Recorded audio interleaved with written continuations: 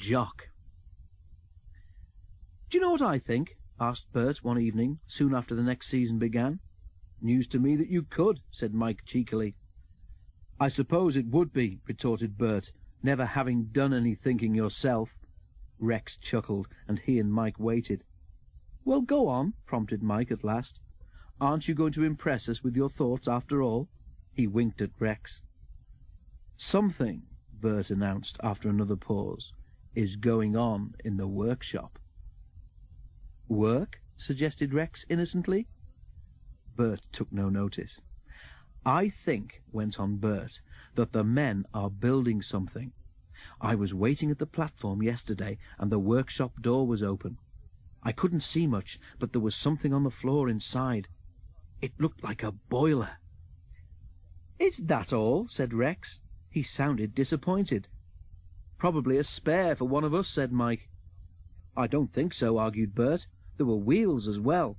What I think," he paused dramatically, "is that they're building a new engine."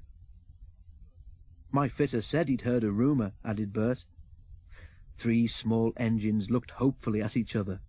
"About time, too," said Rex. "What's the new engine's name?" Mike asked his driver the next morning. "How did you know about the new engine?" the driver asked. "It's supposed to be a secret." They told him, and he laughed. "I don't think the small controller has chosen a name yet," he said. "When he does, I'll let you know." But a few weeks later, when the new engine came out of the workshop for tests, the small controller had still not decided on a name. "How odd," remarked Mike, looking with interest at the new engine's square windows and square top dome. "And what a funny colour," put in Rex. "No, it's not," said Bert. "I like it." The new engine smiled. "So do I," he said. "My driver says it will be different in the end. This is something he calls an undercoat."